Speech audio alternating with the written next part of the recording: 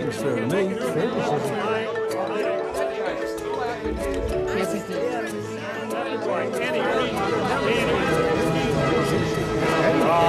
Well, if you don't know what fair is, you can't make it look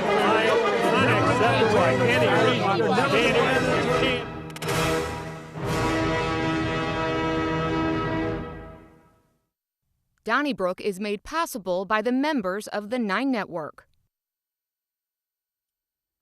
Let's go Blues. Special week in St. Louis history, sports history certainly, and with us to talk about it, our regular panel here on Donnybrook, starting with the media veteran herself, Wendy Weiss from KTRS, the Big 550. One of our founders, Mr. Bill McClellan from the St. Louis Post-Dispatch and STLtoday.com. Another founder from the Big 550 KTRS and the Riverfront Times, Mr. Ray Hartmann. And we're also joined by Alvin Reed from the St. Louis American, STLmag.com, the Dave Glover Show, and beyond. So good to have everybody here. And Ray, I think it was when KETC, the 9 Network, poured up the Bernie Federko photo on our set here that we really turned the tide in the NHL playoffs this year. Of course, the Blues are going to the Stanley Cup for the first time in 49 years. They'll face the Bruins. And you were at the Stanley Cups in 68, 69, and 70. It shows my age, does it not? A little bit. I was at 16 in 1968, and I've said it for a long time, not just now. It was the best sporting event. I've been to Super Bowls that we won and World Series. It was just magical, and it was the Blues' first season, and we were, the little engine that could, because it was the expansion teams. And amazingly, we played with some retired Hall of Famers, like coming out of retirement, like Hall and Pont and Doug Harvey and Dickie Moore, people.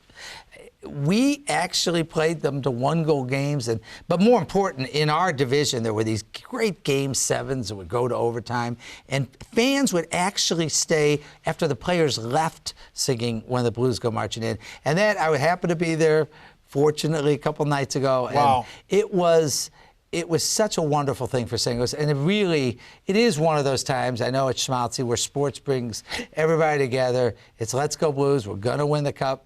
I just have a feeling it's a great story. It really is. Well, he was a little older. But I am a little older. when Bobby Orr scored that goal, I just wanted the Blues to win one game. And I was 9 years old. And I remember it was hot that day. It was May 10th. I had to look up the exact date, but it was May 10th of 1970. And it was hot outdoors. And I was sad. And I wrote a poem about Bobby Orr after he scored this goal. And, I mean, when you stop and think that was 49 years ago. Yeah. And, I mean, we are the Cubs fans before they won the World Series. Right. We are the Boston Red Sox before they finally got back and actually won in St. Louis. Yeah. And now we're playing Boston again, the same team that beat us in 1970. It's been a wondrous ride, and I'm unbelievably excited to get this going on Memorial Day. We were there, too, and I was surprised by the emotion that people were, and men, we're crying because it has been so long in coming, and you realize that this is, as Brett Hull said famously on this video, this NHL video that they've been playing, they played at the game the other night, that is it's the toughest trophy in professional hockey. When you think of what these guys have to go through just to score a goal, it's unbelievable. But the emotion and the years sort of peeling back and melting away, and then last night at the Cardinal game, they had the Blues players up in Mr. DeWitt's suite, and to hear everybody at the Cardinals game at Busch Stadium chanting "Let's go Blues," that was just amazing. It's all very cool. I like the Blues a lot. They're different than the Cubs, though, Alvin, in that the Cubs were the lovable losers, and when I was growing up, they were very bad. I mean, I loved them anyway. But the Blues, ever since I've been here, and I got here in 1980, the Blues have always been pretty good. But they just couldn't get over the hump and get it to a finals. And suddenly they're really good. I mean, it's very cool. It's a lot of great storylines. And Jordan Binnington wasn't with them when the Bruins beat them this year. He did, right? Is that correct?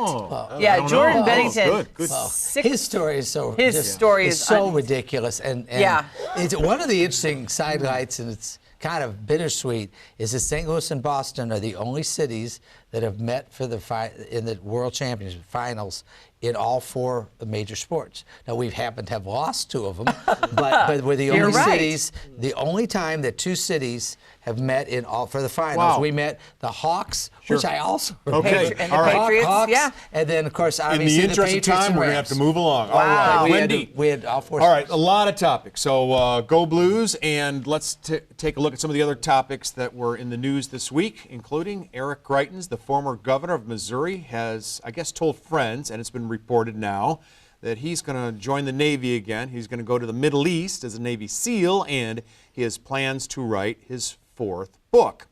Okay, so what's this all about? Has he found a job? Is he trying to rehabilitate his image, or is this just another chapter that's a little bit hard to understand for the former governor of Missouri? I think he's he's probably a case study, maybe one of the most ambitious, driven politicians that we've ever seen in this state, perhaps the country.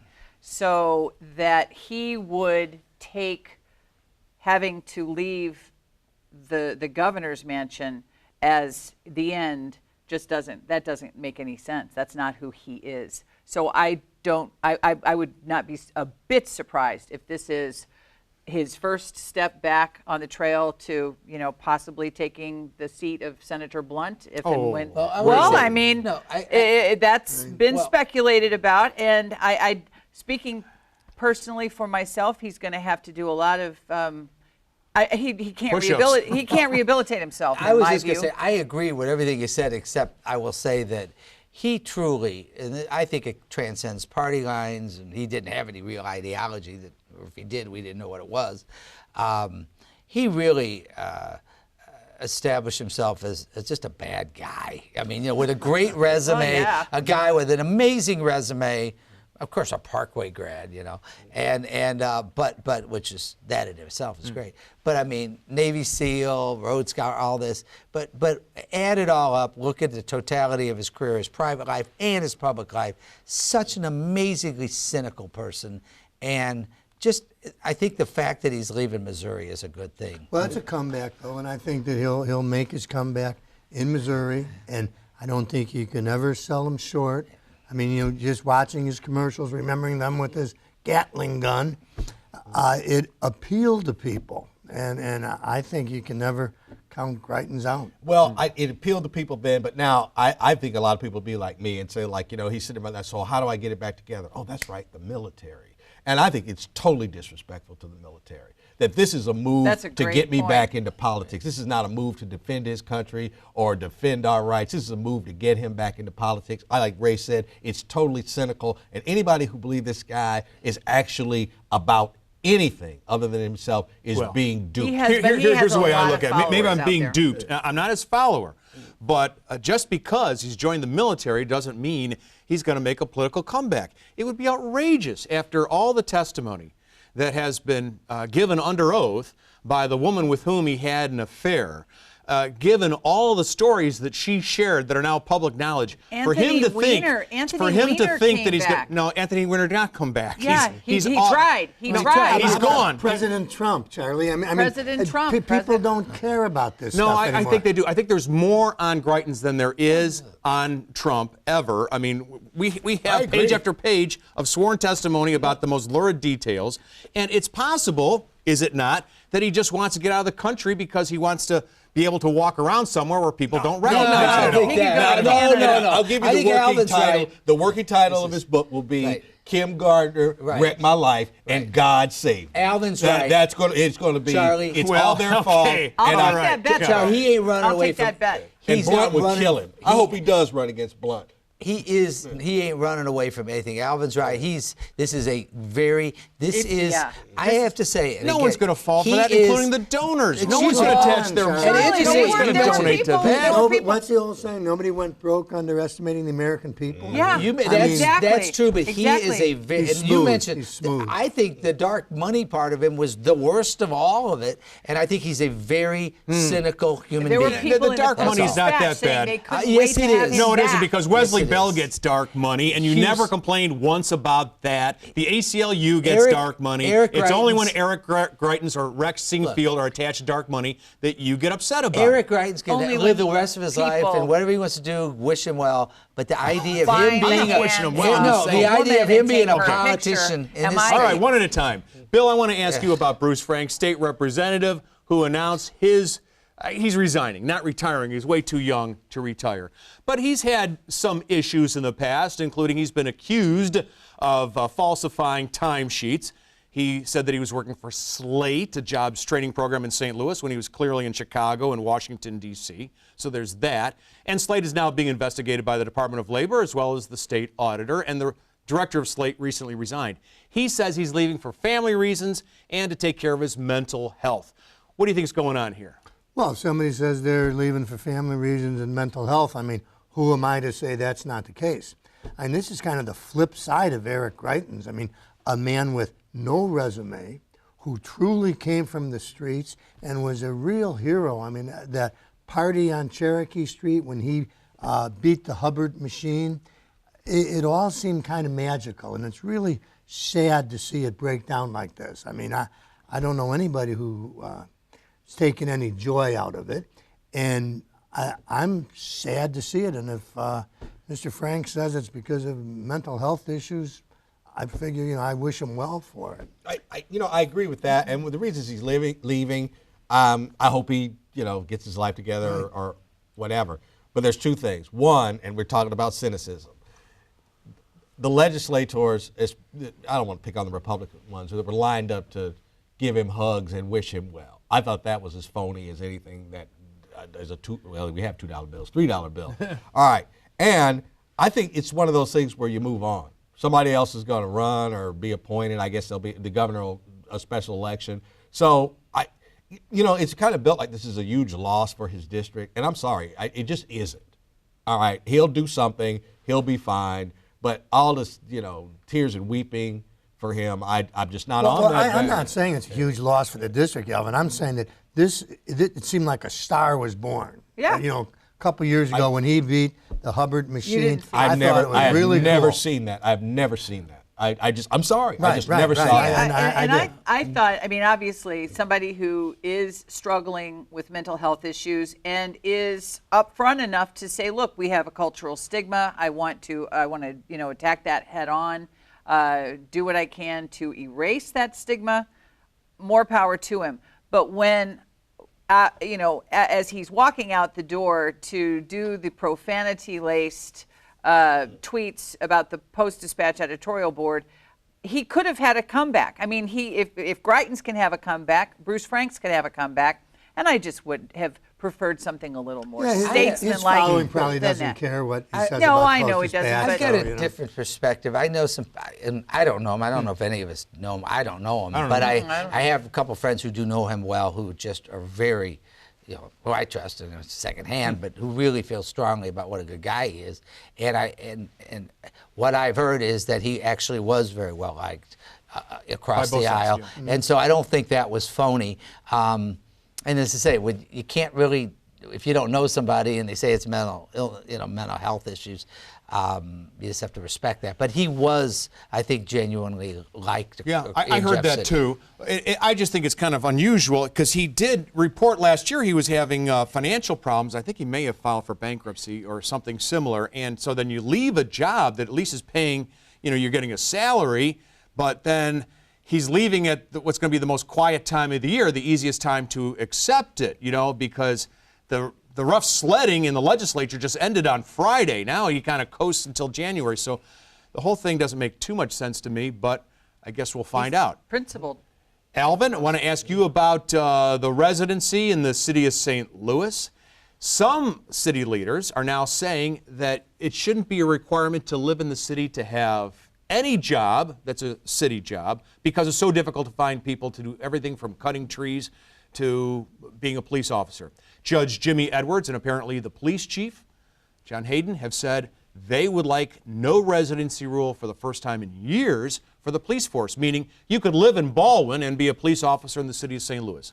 How do you stand on this? Well, I've said this before, that every, community has to be judged differently. I think if you're a police officer in Ladue, because of the cost of living, that you shouldn't be required to live there. I think some of that is true after the way it is now. You have to be a police officer so long, I guess, and then you can, live elsewhere. I think that's fine.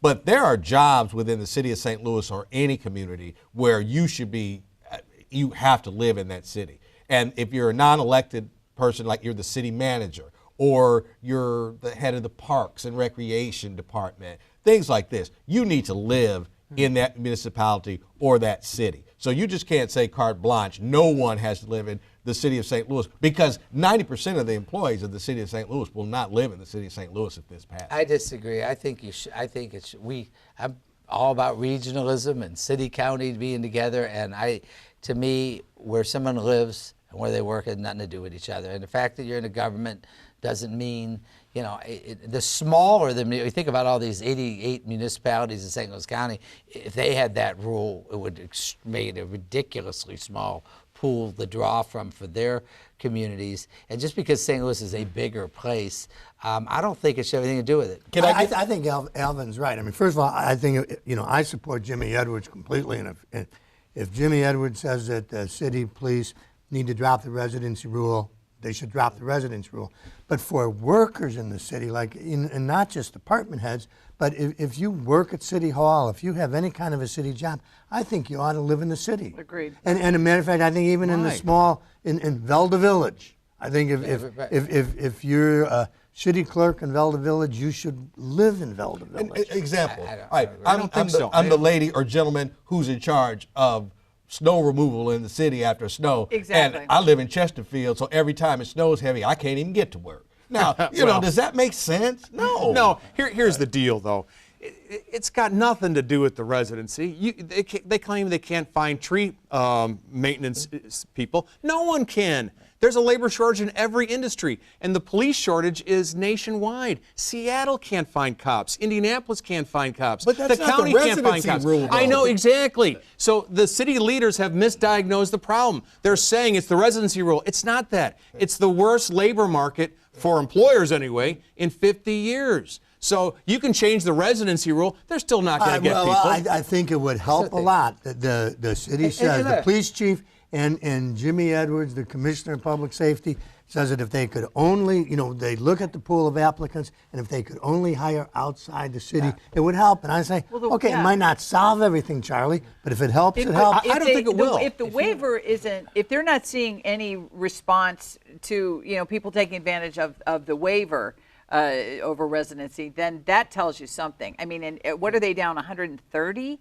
At least. Police officers? And it changes all the time, yeah. Well, then, they have to do anything No else. one wants to be a cop, and it's too difficult. I mean, you could say, okay, you can live in Chesterfield. You're not going to get a young person to put his life on the line or her life on the line for $40,000 a year. A big part of the argument, Charlie, has to do with schools. And you're still not going to get it. No, as long as you talk to young cops, as long as the schools in the city aren't good, part of the cost of being a police officer is sending your kid to parochial school. That's right. And if they could live in Maplewood, they'd send their kid to public school. I mean, the schools are a big part of that. Charlie, it is throughout with all the city. Challenges facing city government, and everybody knows, and it's not just about police. Now, I've said before on police, if you want to have a higher tier as an incentive for people to make a little more money because they are residents, that's fine with me, and I think you could do that across the board. But with all the challenges city government faces, the first task for a city government is to get the best and brightest people, whatever the task is, in any part, whether it's in parks, health, doesn't matter, and to narrow the pool, whether it's because of the schools or whatever, is not a good strategy. I think you should be trying to run the best government you can with people from wherever they got to get to work on time, but I do not, and I think you could give them an incentive to live in a city, but I do not agree with you. I do not think you should limit where they live. I realize it's not the city. Should the superintendent of schools have to live in the city? No. Yes. Okay. I don't. All right. No, I think elected officials do, by definition. But other than elected officials, if I were married or if I was the superintendent of schools, then I would. don't know. Not if we're better together, if we're regional. What's the difference? I'm for regionalism. Hey, I don't think. Okay, Bill, want to ask you about a law that was passed by our esteemed General Assembly, which will remove the helmet requirement for motorcyclists if they have health insurance. So you're over 18, you're riding a motorcycle, you can take off your helmet if, I guess, you can prove that you have health insurance. What do you think about that? Well, I'm generally against any law that the Missouri legislature passes. and That's a good policy. And this is another one. I mean, it isn't just the person on the motorcycle who's impacted.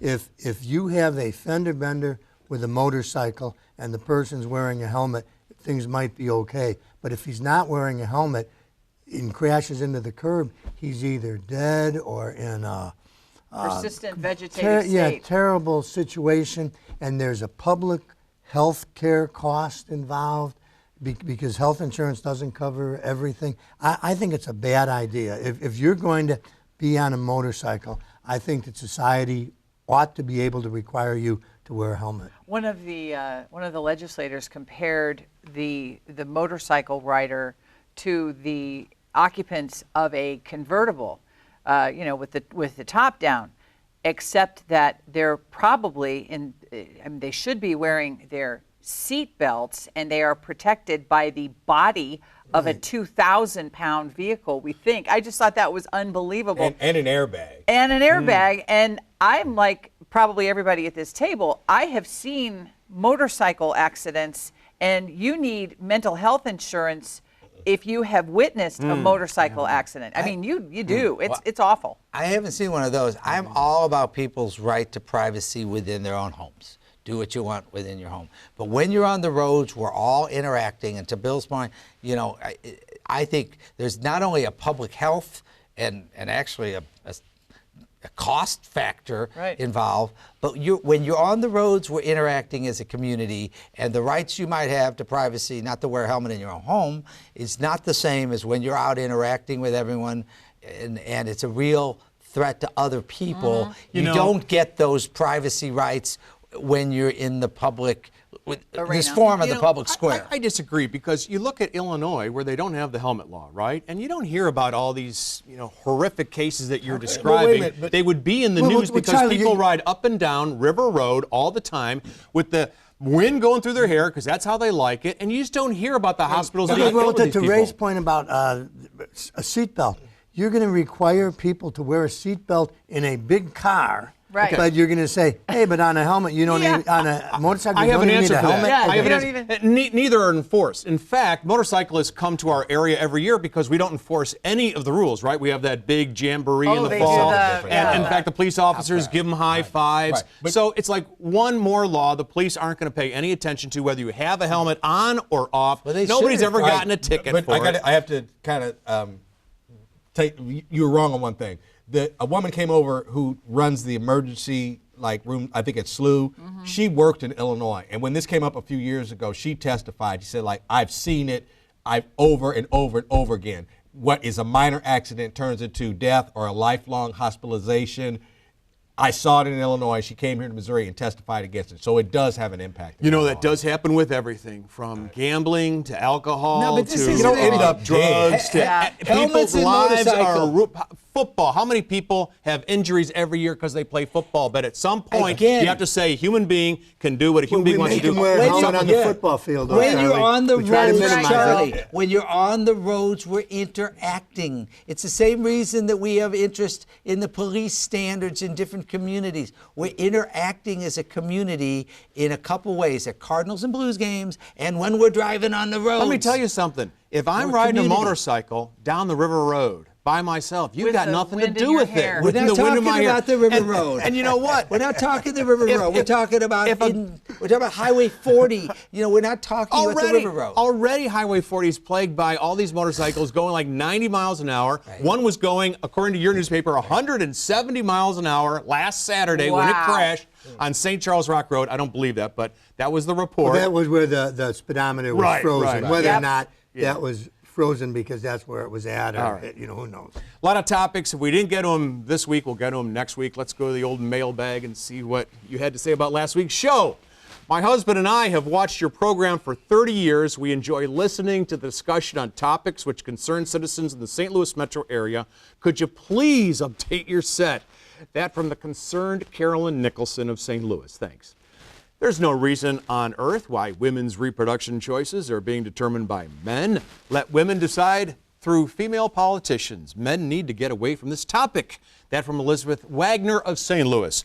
You can write us care of KETC, 3655 Olive Street, St. Louis, Missouri, 63108. Don't forget those emails, letters at ketc.org, and those tweets, hashtag Donnybrook STL, because we're going to read those in a matter of moments. And you can also listen to us on your favorite podcast, Apple, Spotify, Google Play, and TuneIn. It's a special day here in St. Louis. Every year we celebrate another calendar year has passed, and Ray is flipping over another day. It is his birthday. So many candles. We're going to have to call the fire department with all those candles here. Oh, my goodness. Thank you. Ray, is it easily divisible by 10? No. No. It's Okay. 100 indivisible. divided by, yeah. Oh, isn't this nice? Thank you thank so you so much. much. Wow. Look And there at he you. is back in the day just Ray. a few years ago. Oh, my goodness. What are you doing? We got that from the local post office, I think. Ray, Well, you have to make a wish I will make and wish. then blow out the candles. The good is, if our viewers are making the wish, then I would just disappear. Oh, stop it. No. All right. Thank you. I wish. Thank you very Happy much. 30th. Thank you. How do you like that? Happy- Yeah, 30 times. Thank you. I hope you wished for Thank a you. Blues victory I in the did. Stanley Yes, Cup. he did. Of course he did. Of course I did. Yeah, don't tell us, otherwise you'll jinx it. All right, Wendy, don't delay. Product Folks, placement, too, we have right? your turn, which is coming up next. Alvin and Wendy are going to take your phone calls. Thanks for joining us, and happy birthday, Happy and birthday, let's go Ray. Blues! Woo! Woohoo! Thank you.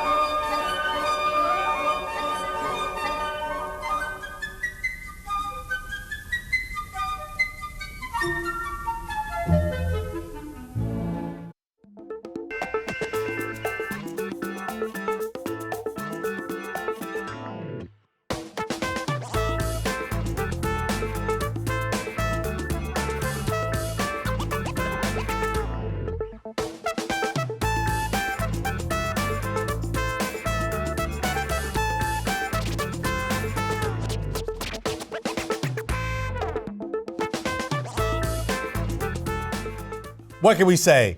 Go Blues. We gotta love it. And Wendy got the Blues scarf on today. Brian and Eureka, you're going to start us off on your turn. Hi. Hi, Brian. Hi, Wendy. How are you? Thank you. Calling regarding, I guess, your state or the panel's position on helmet laws in the state of Missouri for motorcycles. I guess I'll preface this by saying I don't know whether anybody actually on the panel had experience on a motorcycle. I have. I did several pounds ago. Several pounds Okay, ago. there you go. All right. Anyway, I think it should be a matter of personal choice. Ray made a comment saying that it basically infringed on other people's rights not wearing a helmet, which I disagree with completely. Operating a motorcycle with or without a helmet doesn't impact your skill in operating the motorcycle. That's completely independent. And there is an advantage to being able to hear what's going on around you while you're on a motorcycle. That isn't, it's kind of a nuanced thing, but it is something that is there. So, I wear a helmet in Missouri until the law changes, and if the law changes while riding around town on a conservative rate, I may not wear a helmet, but it's nice to have the option. Okay. Thank you. Thank you, Brian. Thank you, Brian. Let's go to Jay. Thank you, Brian. Let's go to Jay in Normandy. Hi, Jay. Welcome. You're on Donnybrook. Your turn. Well, thanks. Yeah, on the Chris Costner, I'm sorry, about Governor Greitens, I'm now especially sorry that Chris Costner didn't beat him. But my main comment on that is I'm shocked that the U.S. Navy has taken him back. I mean, don't they read the news and read what's going on here? It's shocking, especially the SEALs that such a high standard group supposedly would take Greitens back. It just floors me that that's happening. I was in the military and in the Navy for a number of years, and I thought the standards were pretty high back then, but maybe not so much now. But that's number one. And I just heard the gentleman talk about the helmet law. I've ridden a motorcycle over the years, and having a helmet might prevent many accidents, like you said, Alvin, that are pretty minor. Maybe, but I've fallen off a motorcycle, and if I hit the helmet, I hit my head on the pavement, it's a whole other scene. You're going to the hospital for a long time and may not recover. So helmets are a good idea, and I don't buy the statement that he said that you hear more when you don't have the helmet on. I don't think a lot of these guys could hear over the drone of their cycle. So Okay. keep the helmet law. All right. As Thank far you, as Jay. Eric Greitens, you know what?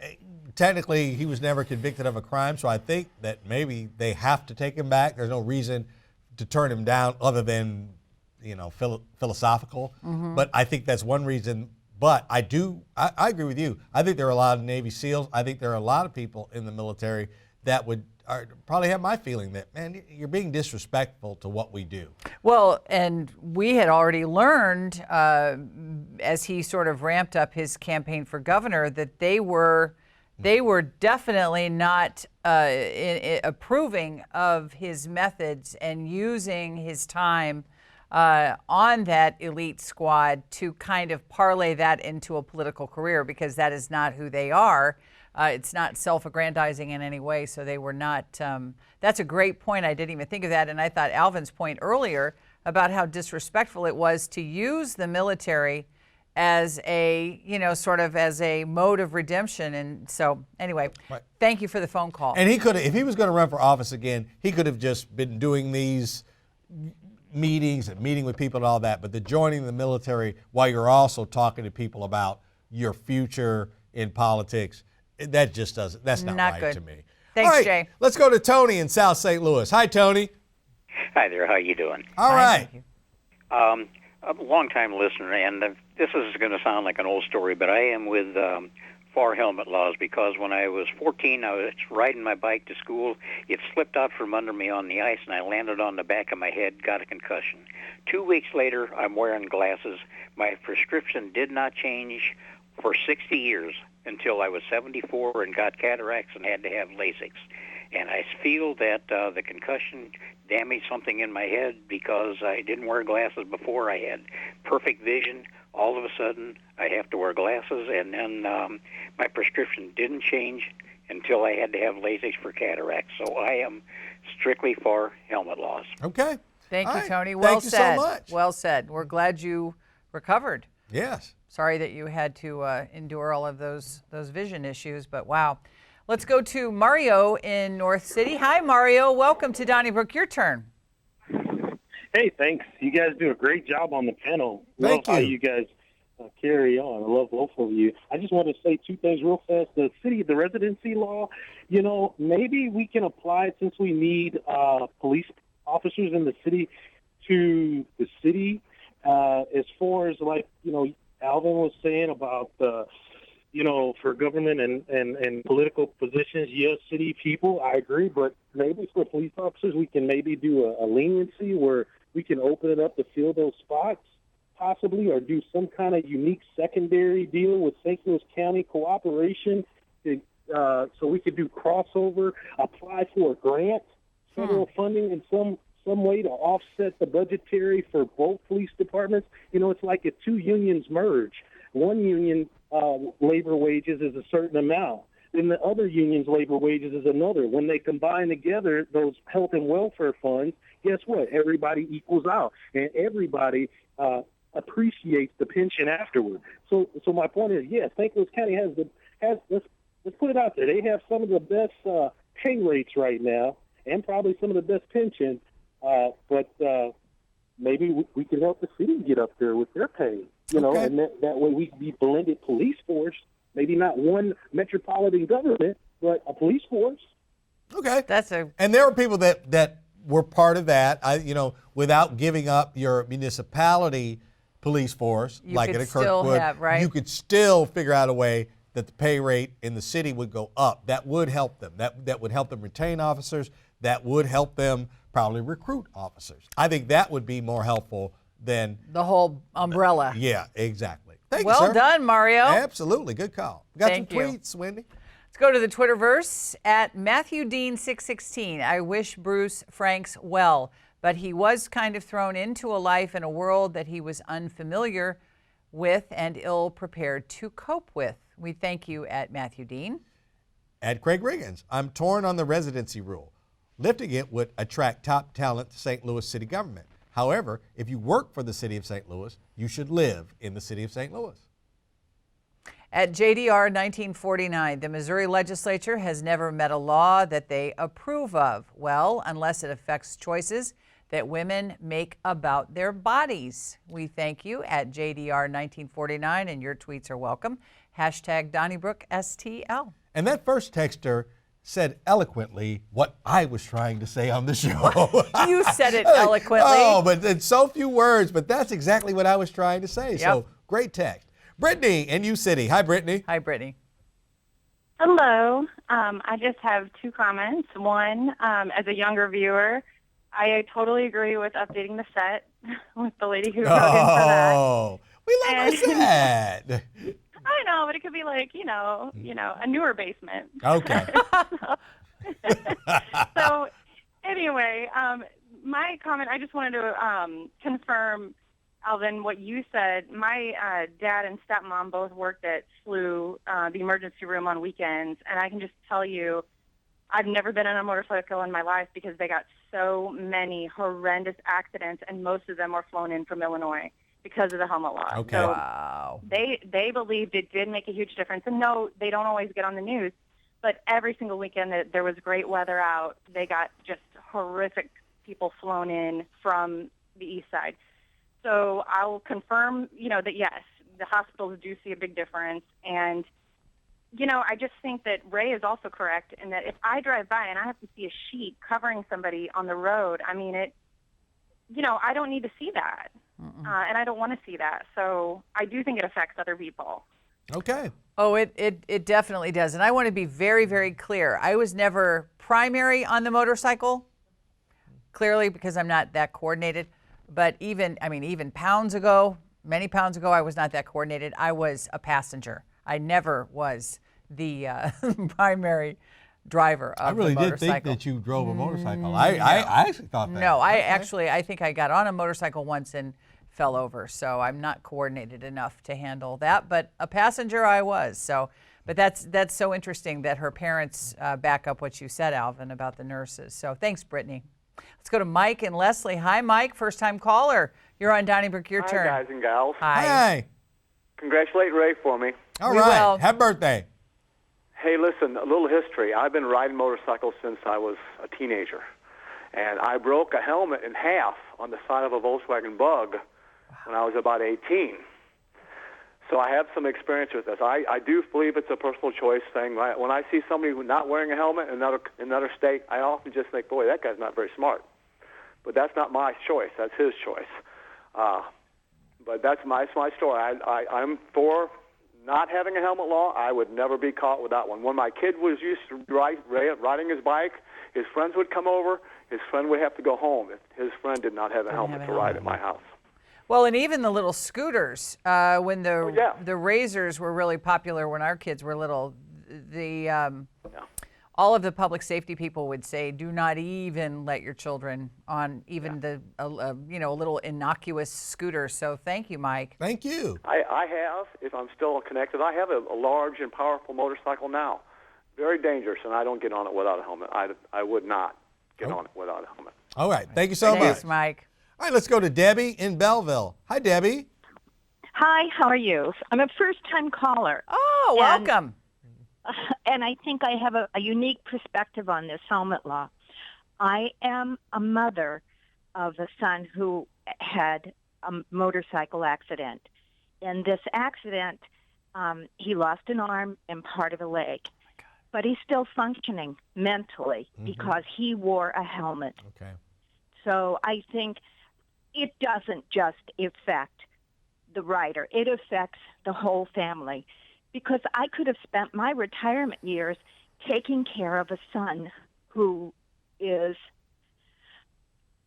incapacitated because he had brain damage. Okay. Well, Debbie, thank you for that story. And I not much we can add other than thank you, for sharing that, and that it's a real thing. And I think some people Very debate much so. the personal this versus the government that and all that, but it really comes down to individual stories like yours. So thank you so much. Thanks, Debbie. Powerful stuff. We appreciate it. Let's go to Donna in St. Genevieve. Hi, Donna. Welcome. You're on Donnybrook. Your turn. Hi. Thank you for taking my call. You're welcome. I am also talking about the helmet law. I really find it absurd that there is not a law requiring people to wear helmets. I was a lab technician for over 25 years and spent many times in the emergency room with people who were not wearing a helmet and had head injuries, and it is horrific. I believe that, as Bill said, if you have to wear a seatbelt in a car, then why are you not required to wear a helmet when you're in a motorcycle, moped, scooter, even a bicycle? It's not only, the devastation that happens to the person in the accident, but then you're talking about multiple units of blood that are given to this person, the care that is required to give to this person with a head injury. I think it certainly should be mandatory. Some people just need to be saved from themselves. That's what I'm thinking. Well said. Thank you, Donna. Well said. Thank you. Kathy in West County. Hi, Kathy. Hi. I have two comments tonight. The first is I think there is a graceful and professional way to leave any position or job which you may have. And it certainly takes no more time than it takes to scream some juvenile obscenity. And people remember. They remember this for a long time, almost as much as they remember how well you did your job. The second thing is, I remember several years ago we were discussing police officers living in St. Louis City, and someone mentioned that the patrol officers sometimes were allowed to take their vehicles home, to their own home, and park it in their driveway, and that this was, if not a deterrent, just a gentle reminder that there was a police officer living in the community, and that while it may not actually deter crime, it certainly it was a benefit. Good It's point. a statement. Involved. It's a It's a statement. Excellent point. Excellent point. Thank you so much. Hey, golly, Thanks, Kat. We We had do great have callers every week. And very wise. Both Wendy and I had a temporary career interruption. Your KTRS days and by St. Louis American. Oh, yeah. And, it was kind of like, look, I'm not leaving with a legacy of nastiness. Right. It's not worth it. No.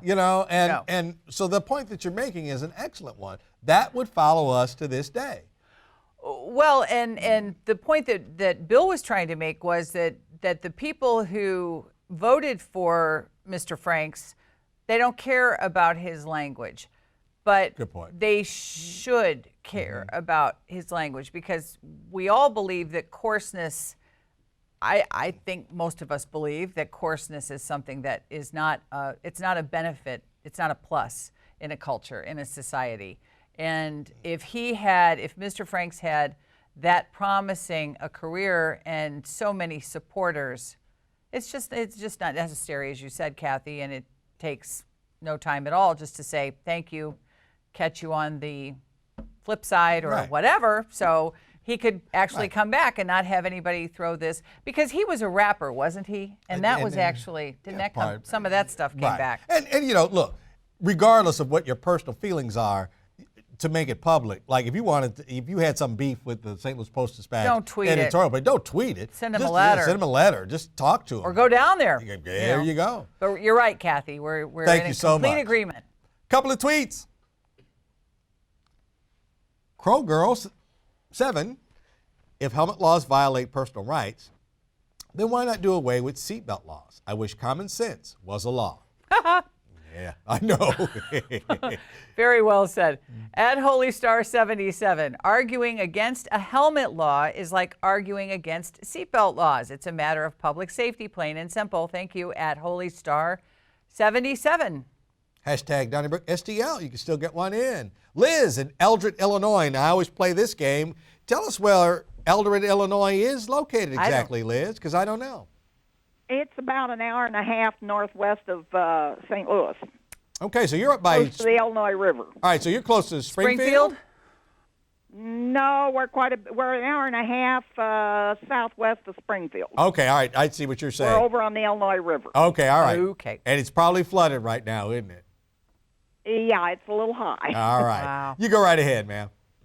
Okay, I want to make a comment about the helmet laws. Mm-hmm. I know a couple of guys that are in wheelchairs. They're paralyzed from the neck down. Guess who's footing the bill? Oh, we talked about that too. The taxpayer and Social Security. Absolutely. Thank you so much. And they're going to be there the rest of their life. I hear you. All right, thank you so much, Liz. Thank you, Liz. Let's go to Barb in South County. Hi, Barb. Welcome. You're on Donnybrook. Your turn. I have to tell you, I really believe in the helmet laws. My brother was saved with a helmet probably a few years ago. Mm-hmm. But now he had another accident, and he had the helmet on, but he kind of went across a big SUV and lost his life. Oh, I'm sorry to hear that. We're sorry. I'm sorry to hear that. So sorry to hear that. But hey, like I said, if it gave him some years with you having the helmet on the first time, that's a blessing. Amen. All right, thank you so much. Thanks, Barb. Let's go to Bill in South County. Hi, Bill. Hi, Bill. Good evening, folks. As far as the helmet law is concerned, just before Donnybrook aired this evening, I saw an interview with celebrated George Clooney over his episode about a year ago. Not only did he get flipped off of his motorcycle, it split his helmet in half, according to him, yet he came out of it miraculously with what was medically called minor injuries. But he is so grateful and so pleased of that result, he stopped riding altogether, but he fully endorses the helmet. So people might be inspired by that. And I really appreciate our traditional Donnybrook set, so don't change a thing on there. Okay. Except maybe keep Federico out of it.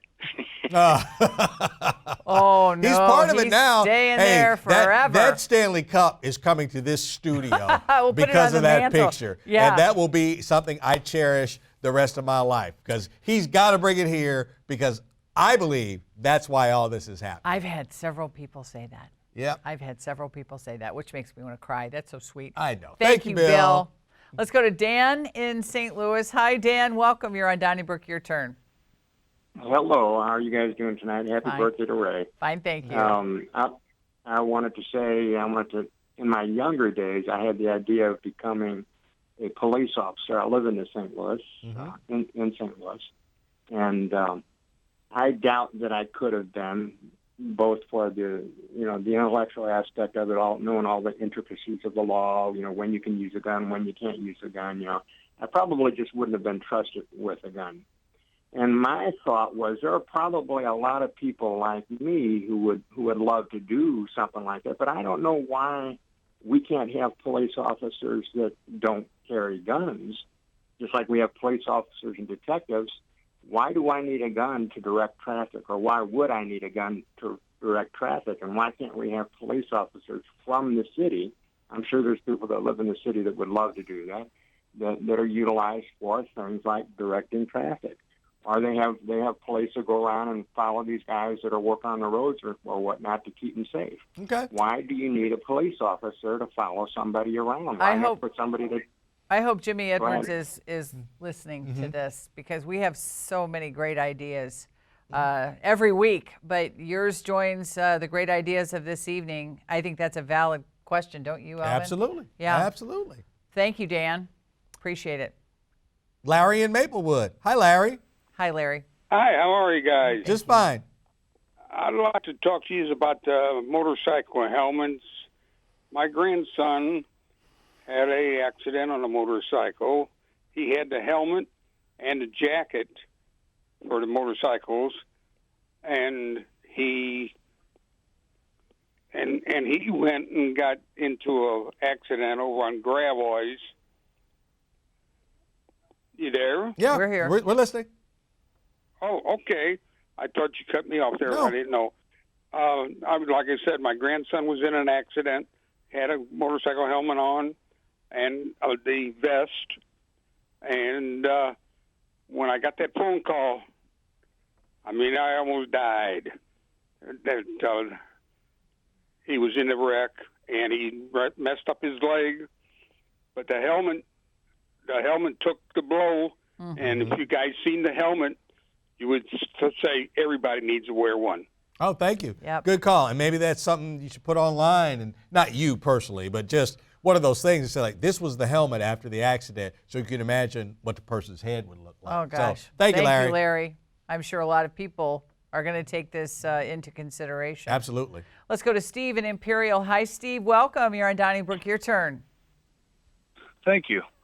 I'm a pro advocate for anti-helmet law. I've been riding motorcycles off the road and on for over 45 years. And I personally believe as long as you have insurance and are safe, and over the age of 21, which the current bill come to the governor's office also declares, it should be your choice. And something I want to point out, if people look at Illinois' version of helmet law versus Missouri, Illinois says you have mandatory eye protection, but helmet over the age of 21 is your choice. Okay. Okay. Missouri says you got to wear a helmet, but no mandatory eye protection. Anybody that's ever rode a motorcycle or been on the back of one, got hit in the eye by a bug on the highway, yep, knows exactly where I'm coming from. Yeah, all right. That makes sense. May as It well does. be a bullet. Right. I disagree with you on the helmet thing, but that about the eye protection, that's a good point. Another great point we had tonight. Thank you, Steve. Thank you, Steve. All right, thank you. Let's go to Missy in Farmington. Hi, Missy. Hi, good evening. I'm going to talk about the helmet law. If helmets didn't help, why do football players have to have them? Equestrian riders have to have them. Bicycle riders have to have them. Everybody with any sense that knows about head injuries wants to wear them. So I think the law should be that everybody should have them. Okay. So I'm for the helmet law 100%.